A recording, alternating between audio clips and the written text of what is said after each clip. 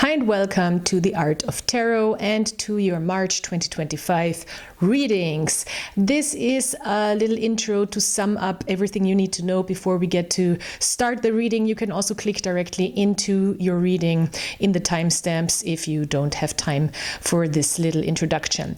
I am Stephanie Kosher. I am an artist, a musician, and also your favorite tarot card reader. And I do readings in a way that is a little more psychological than it is esoteric, but I do use the Western astrology system and the tarot system, of course, to gain more insight, maybe a little guidance, maybe a little inspiration for a situation that we're struggling with, or just, for an input that we want to have as a little bit of a spiritual push forward. I do use astrology, as I mentioned, Western astrology. I don't believe in astrology. I do not believe in astrology, is how I always like to say, but it is a very helpful and interesting medium and tool to gain more insight and to go a little deeper in the interpreting of the cards. Also, it really is important in the tarot card system because historically the tarot cards are connected to the astrological system, so we want to take advantage of that. In the first part of the reading, you will see a general energy that I'm talking about. In the second part of the reading, there is a relationship dynamic. So if you are struggling with relationships or you want to have a little more answers, this could be every relationship. It doesn't have to be a romantic relationship. It can also be any other relationship in your life that might be challenging or might be a little confusing. So we're gonna remind ourselves how to maybe deal with the situation with the help of the cards. And that's basically it. Check out my description box. Please subscribe to this channel. Give me a like, give me a comment if you enjoy these videos. I'm also mainly an artist and a musician, and I do all types of different creative things. So if you're interested in the big picture and all the other things that I'm doing next to this channel, then you can go to my website, you can go to my description box, you can go to my Instagram, of course, and see more of all the things I'm doing there. So enjoy your reading. Thank you so much for being here. These readings are separated into the different zodiac signs. So whatever you are identifying with is how I like to say it. It doesn't have to be your sign, but if you're feeling like a Leo today, then watch the Leo reading. If you're feeling like your sun sign, moon sign, ascendant, whatever, rocks your boat. So just go to where it draws you and enjoy a little message that might bring you further. I hope this is helpful, and I hope you enjoy, and I hope I'll see you next time. Goodbye. Hi Libra, and welcome to this March 2025 reading. This is a reading for people who feel connected to a Libra energy within themselves or on the outside. So I am not an astrologer per se. I don't predict the future or anything. I just use the astrological symbolism in the tarot cards to... Nice. There was a Chariot. It probably will come out again because that's what happens often, or maybe not. Anyway, that's my approach to astrology and using it as a tool. So I wanted to give you a little bit of a channeled message that I had before this reading, which is what I heard is it's not so much what happens to you, it's how you react to it. So that's just something that came into my mind. And I also think of an Ella Fitzgerald quote that is like, it's not where you're coming from, it's where you're going to. So I hear that very strongly. I'm getting goosebumps. So there's a confirmation with the Chariot card that makes also a lot of sense, like which new path we want to step into, and what gives us a little bit of a maybe goosebumpy energy to take the step into that path.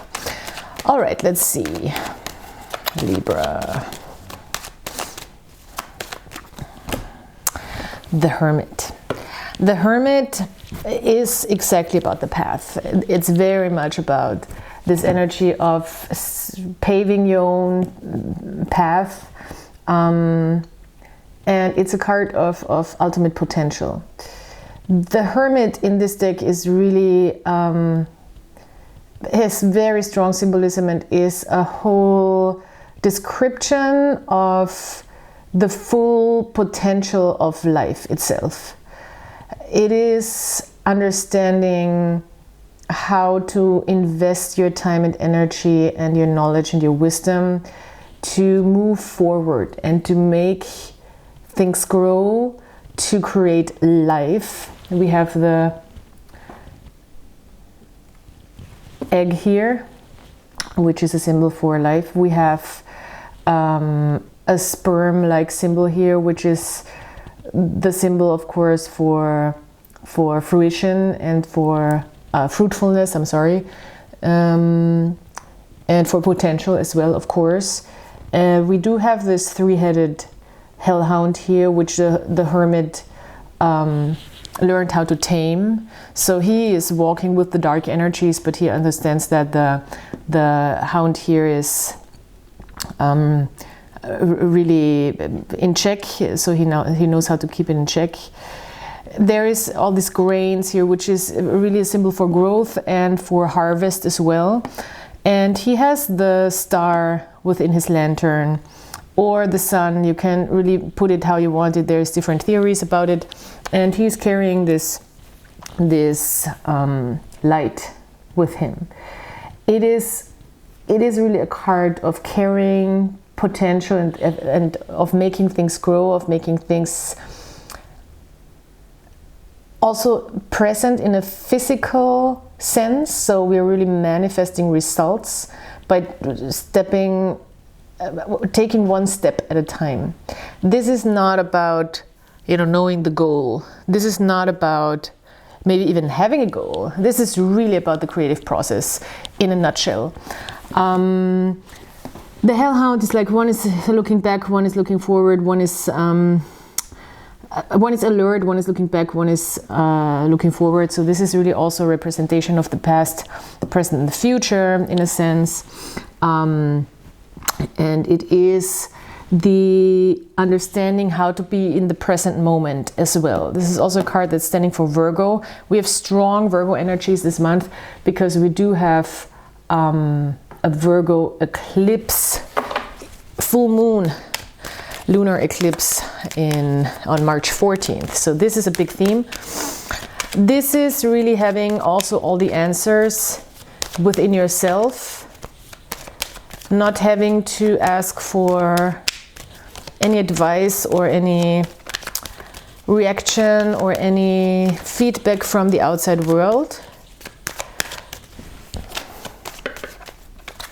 I want to put this here. Oh wow, yeah, the Death card and the Emperor. Wow, it's so powerful. It's like, oh wow, it's like these the readings that I've been doing, they are so powerful. The Virgo reading, also the Gemini.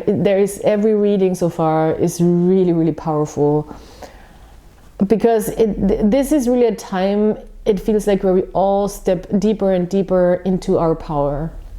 We have the Emperor here, we have the Hermit. This is a perfect pairing of applied wisdom to create actual change. Death card. Applied wisdom to open yourself up to finally let go. And I say finally, let go of all the parts of the self that are no longer needed, to also dance the dance of death.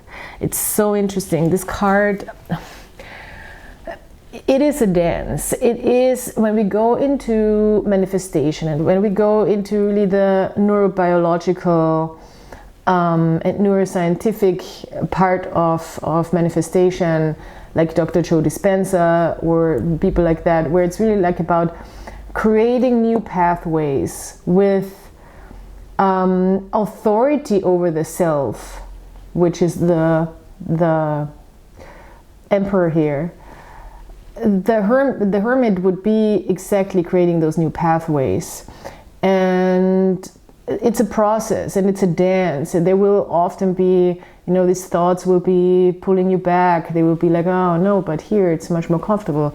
Maybe here we want to keep thinking this thing, or we want to keep doing that thing. It's like breaking the habit, you know, breaking the habit, where really the mind becomes the body, and we kind of want to reprogram that. That is a difficult process in parts, not all of it, but in parts. And once we start creating these new pathways, which is the hermit, we open ourselves up to let go of certain things for good, and that's the death card. And that's a process that's sometimes it can be quite sudden. It can be a sudden death of a part of the self with some things. Still, I think it really depends on how strong the desire is. I want to just tell a little story about myself, and also I am a Libra, so this is also for me. I had a really intense thing going on in the last year with smoking cigarettes. So this is a really good example for pathways in the brain, because wow, nicotine does that in high speed, you know, it's like high speed pathways built to make you, to keep you hooked on a thing.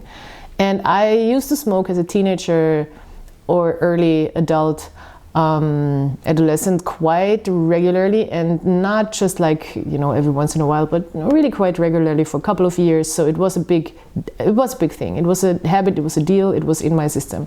Then I quit smoking in my 30s or beginning of 30 for years, for 8-9 years, and I felt great. You know, I was never like, I was out, I was drinking, I was partying, I was doing all the things, but I never felt like, oh, I really do miss cigarettes. It never occurred to me.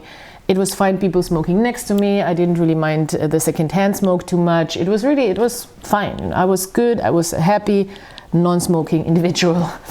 And a year ago I moved, and I had a little bit of a change in lifestyle. I was out more. I was doing more music stuff. I was just, you know, networking. And I, for some reason, out of some stupidity, was like, oh, I'm not, you know, I'm not a smoker. I can't just have a drag or something.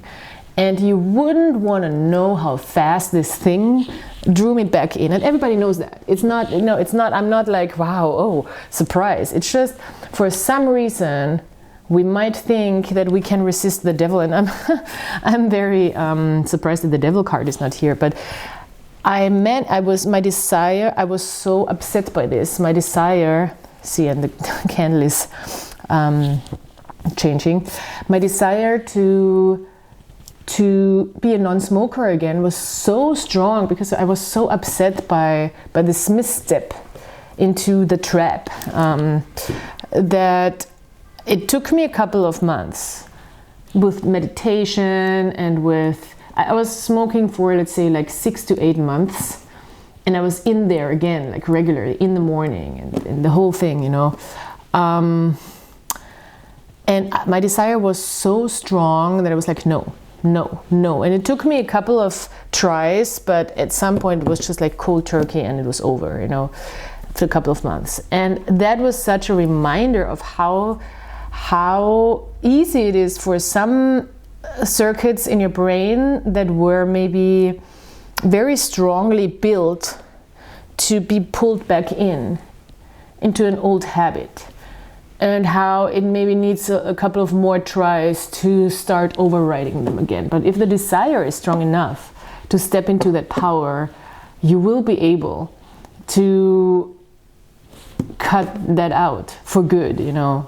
And even a second time, and even a third time, and if it happens a fourth time, you will be, the desire to not have that part be part of your path, or that part of your brain be part of the path. That desire, if it's strong enough, you will be able to let it go for good. And this is stepping more into your power. This is, of course, stepping more into being what you want. And also it's about timing, and that's why I like this story in a way that came up, because it was about timing. I was trying to force it, you know, I was so upset. It was so upsetting to me that I get emotional right now. I was like, this is so upsetting to me, because also my dad, you know, used to smoke quite regularly, and he died also of and not just the smoking, but it was part of his poor health at some point. And it was so upsetting to me that I was so stupid to really, you know, do this to myself. And I tried to figure it out, and I was like, no, it's not, you don't have to figure it out. It's just, it's what certain substances do. And it's just a physical thing, and you want to build a new physical environment in your brain that you can let this old physical environment go. And this is what the death card actually, when you look at the Crowley description, says. It's not so much about, because there is this misconception about, and some authors really write about it, that he's cutting those strings, you know, with his scythe. But Crowley is saying he's creating new cycles of lives, new spirits. So it's interesting, you know, he's not necessarily cutting anything here. He's creating something new. He's creating these new cycles, new pathways, new connections. And I love it. Okay, so that's the story. That was a little story time. Maybe this is helpful. Maybe you want to see something as quitting smoking. And for quitting, we have to create a new path at the same time, so the old one can die. And that's really stepping into your power and authority to create this new path, and combining wisdom with action. I really want to say here with the Emperor. Wow, this is so intense. All these readings are so intense, I tell you. Okay, so now big transformations, also in relationships. So it's like this, sorry. Big transformations. So relationships, let's see, it's coming up. This other person. Oh, nice. Oh, that's so nice. Somebody is quite in a good place and balanced with themselves, and have a good inner balance with their emotional life. Maybe they went through a process of healing. They found also the right solution within themselves to really move forward with their lives. They feel very much in tune with their inner forces, and they have alchemized something within themselves. So that somebody has artfully managed their inner processes. That's basically what Temperance card is about. And Temperance, in a sense of, we find the right solution for us to feel connected within ourselves, to be able to also balance out certain energies like the fire and water energy, which is the giving and the receiving types of energies, the more receptive, emotional type of letting things come towards you energies, and the more like active, forward, creative energies. So this is really, that's why it's called in the Crowley deck also the card of art, because this is really the art, you know, of finding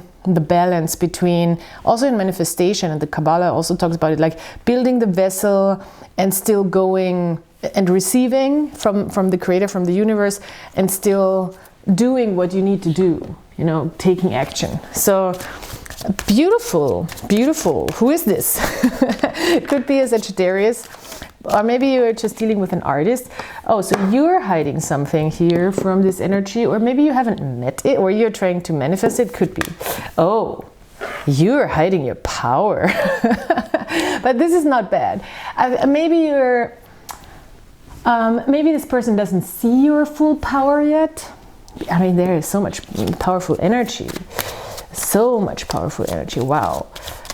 This is not a control issue in a bad way, you know, because the Emperor upright is just being able also to integrate your more conservative, I want to say, side, and keeping your structure, keeping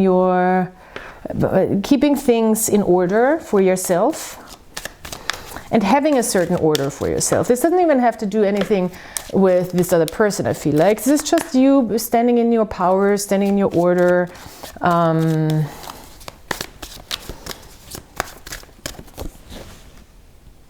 All right. This is insane. We have the Hermit card again. And we are, oh my God, and we have the Queen of Wands again. So now, let's unravel this, because I am not quite sure yet what we want to receive here from these messages. Okay, this is gonna be a little longer reading. Normally I do, you know, when it comes out like this, I'm not gonna question it and make these readings longer. Normally they're all 20 minutes long, but this just calls for action. Well, let me try to get more insight. When it comes to relationships, it's also, there is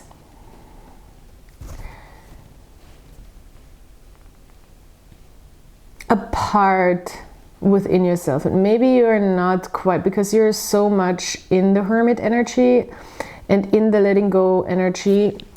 There is a part of yourself that is calling for, I think, healing from the outside. That's the Hermit in the reverse with the Temperance. The Hermit in the reverse is asking for answers on the outside.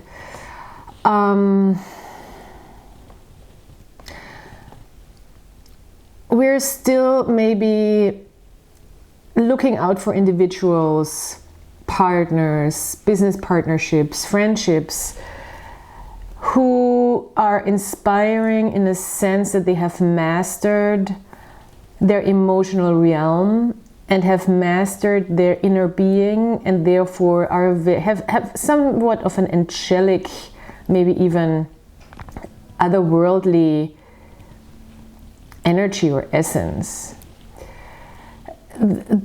The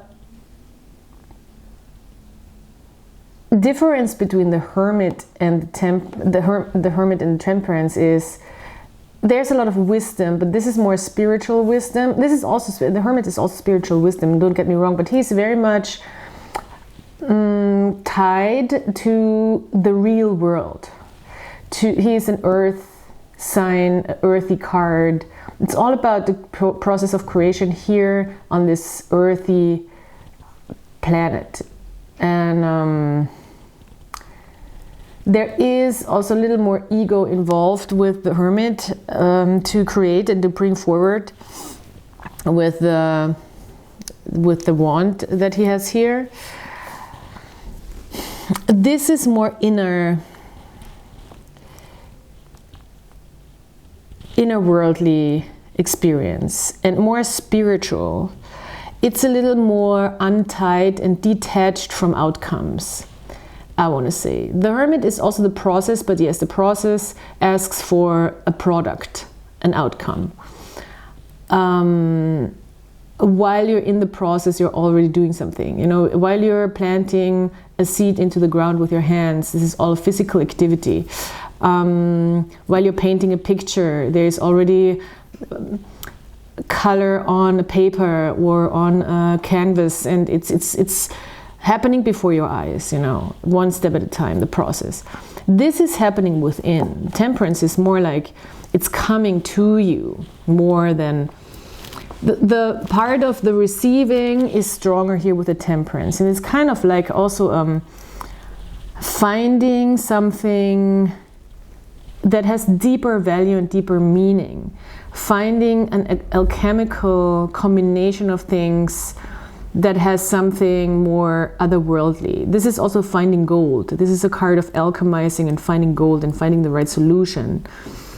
And having a lot of different forces actually and elements be part of the end product, not only your very physical approach. So,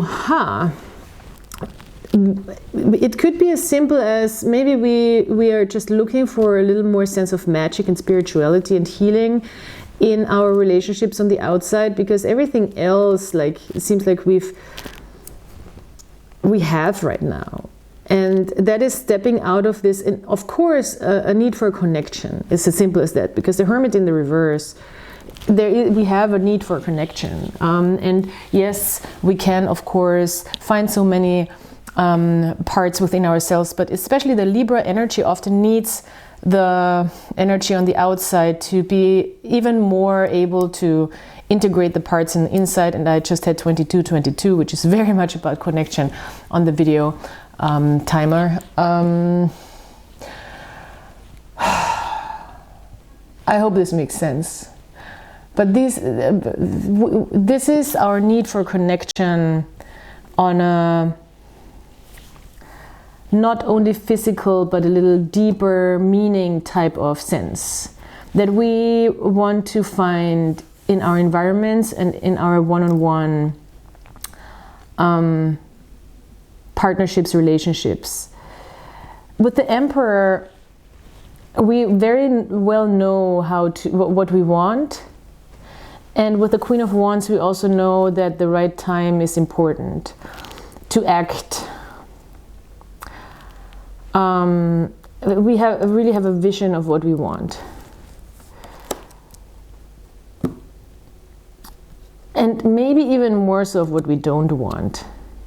And I like this because sometimes in the whole manifestation community and area and coaching thing, it's like you need to know exactly what you want. And sometimes that's really difficult, you know. I'm especially probably for a Libra energy, because it's like, oh, this is good, but the other side of the coin is also not bad, you know. It's like we have this natural tendency often to be able to step out of the non-binary, you know, good, bad. And that's where I come back to the Hindu teachings and to the meditative, like Eastern Asia teachings, Buddhism, etc., the yogis, where I'm like, okay, there's two ends of the stick. There's a sense saying there's two ends of the stick, but there's a whole stick in the middle, you know. It's like it's not either good or bad. And what I want to actually say with this is, maybe we don't have to exactly know what we want to be able to want it. I don't know if that makes any sense at all.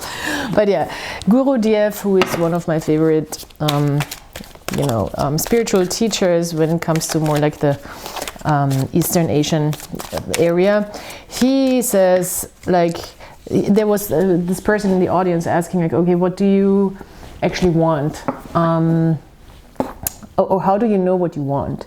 He was like, well, first figure out what you don't want, and at some point you will come to the part what you do want. And I think this process is sometimes so looked down on by manifestation teachers, because like, if you just think about what you don't want, then you will attract more of what you don't want. I don't think that's necessarily the case if it's like if you don't connect a feeling to it. And that's probably, you know, the thing. If you don't connect too much feeling to an analytical process of what's good, what's bad, what do I want, what do I not want, or you even connect to a feeling, but you are aware of what feeling it is creating and why it's creating that feeling.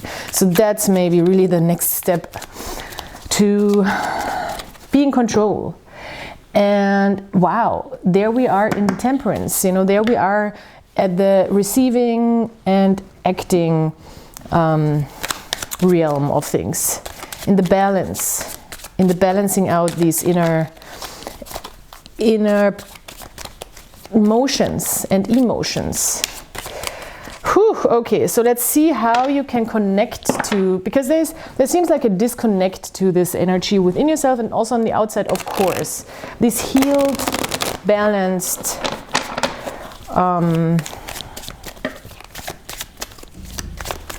approaches or people or situations, partnerships. Oh, look at oh my God, Wow. It is really committing to a spiritual idea of connection more than a practical one. That's the Hierophant. Wow. Whew. It's a spiritual practice. It's with the Six of Swords. It seems like it's really not so much. You don't have to look in new environments. That's what I see. With the Six of Swords, it's like these people are all around us. They are all around us. We just need to find the connection to them, you know. This is so fascinating. I love this reading. I'm tearing up, you know. It's like these readings for March are so emotional. I really am tearing up. I'm so glad that I'm back doing this. We don't have to look into new environments. We don't have to go into calmer waters. We just have to keep doing what we're doing and committing to when we need connection and when we are craving connection and when we want connection with people and deeper connections, that we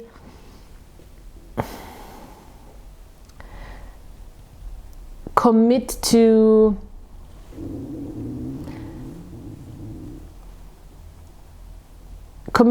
investing into connections that also feel like they are healthy and spiritually meaningful. That's really what I see here. It's not that you cannot be in the hermit mode, you know, it's not that you cannot be in your wisdom and on your own path. But once you get off the path, or once you want to get off the lonely path, let's put it that way, there is guiding people, and it is really like guardian angels or guiding people that are very real on earth, that can help you develop that side within yourself, and that are really committed to that, and that share your beliefs and that share your spiritual beliefs, which is very much a Hierophant, and are willing to build up on that. And you can really learn from each other. It's really, the Hierophant is a teacher as well, a spiritual teacher. So interesting that I was talking about Guru Jeff, because he is a spiritual teacher, you know, he's a guru, which a real good guru knows that he's just part of your journey, not the creator of your journey. And once you get off the path, you can always go to these people, and you can commit deeper also to create many different paths, maybe with many different people. Very powerful, very, very powerful. This is relationships that are much more established, you know. This is 3 trumps. This is going to deeper cores of relationship and of relating to other people. And it's very beautiful. And there is a lot of passion in it too, with the Queen of Wands that we had before here coming out. It's also very passionate. It's not just like a, you know, there's drive, there's passion. So, wow, this is fascinating. I'm still gonna put some charms.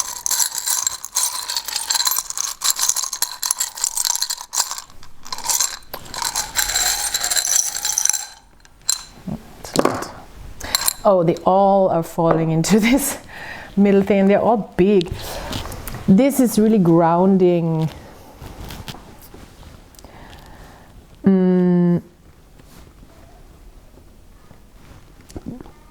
More and more an authentic spiritual belief. And it's for some reason, I'm like, you're finding people of your tribe. There's a lot of stability. There's people who show fully who they are, and you can show yourself fully who you are. You can also show, you know, I don't see much vulnerabilities, but you can show your process. It's very authentic and being open and being yourself, which is the Leo that we have here. And it's grounded in a spiritual truth for I want to say both of you, but maybe it's more people. As I said, you could be dealing with a Sagittarius. This is not about tricking or overthinking or strategizing relationships, which would be the fox, and he is upside down. You know, he is even the fox is trying to teach, trying to learn from the teacher. He's also pointing to his navel, you know, to more like sacral navel chakra, which is so interesting. Wow. Yeah, do your breathing exercises. You will have the whole strategy in front of you. And it doesn't have to be a lot of work. I don't think it has to. This is for me, it's the Capricorn charm. When it's upside down, it doesn't have to be hard work. It can be, you know, commitment is not hard work necessarily. It can be at times, but it should not be that on a regular basis. That would not be healthy for sure, or sustainable. You know, it's just not sustainable. So yeah, wow, that's the reading. Okay, I'm mind blown. I'm mind blown by these March readings, I have to say. I'm expanding. It's expanding to me as well. So yeah, thanks so much for being here, Libra. Please check out the description box and check out all the other things that I do. I'm also a multidisciplinary artist and musician, singer, songwriter. I do a lot of things and people get confused, but it is just what it is, and I'm not gonna stop. Yeah, so check out that, and I thank you so much for being here, and I'll talk to you soon. Bye.